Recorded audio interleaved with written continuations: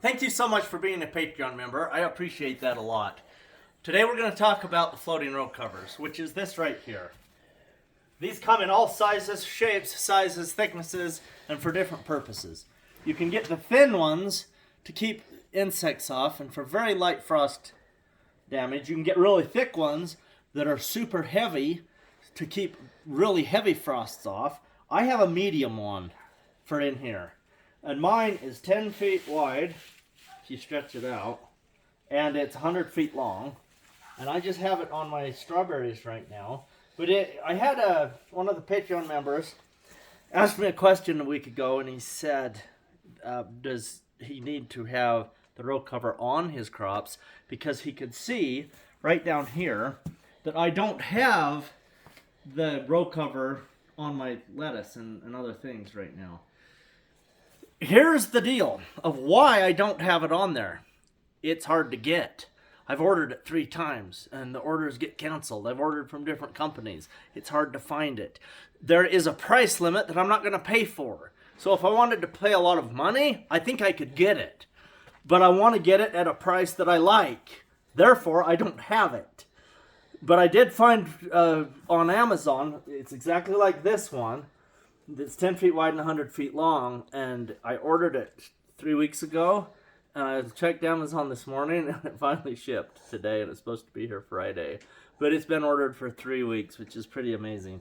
Why is it hard to get? It goes back to 2020 COVID shutdowns and labor issues and supply chain issues. That's why people are struggling to get it.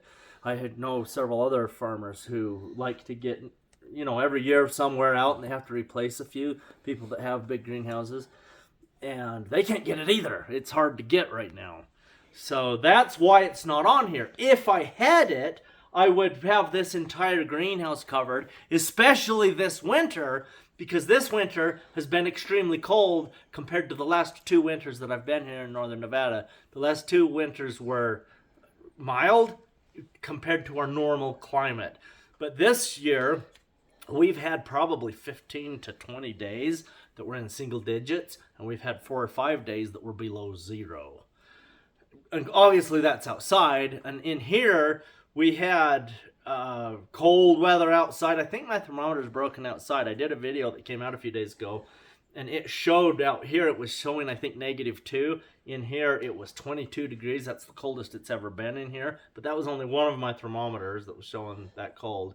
But I think the thermometer outside may not be working. I need to hang 3 thermometers out there so I can compare them. But it's interesting because the other neighbors around here had -12, -20. So depending on where they were in this area, it was much colder than what mine was showing. But I did that about 10, 11 o'clock at night, and maybe it got down to those super lows. Maybe it was 2 in the morning. I wasn't keeping track of it super good.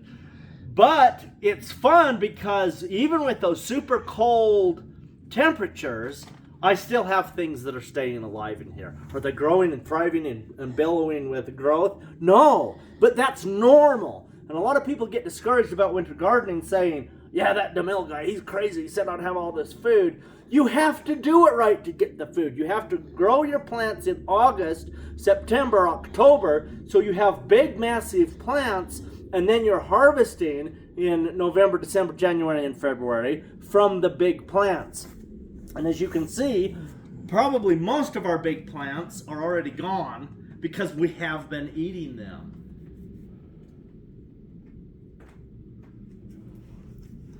I ran out of things to say, imagine that. Hopefully this helps you to find a row cover that can't be bought.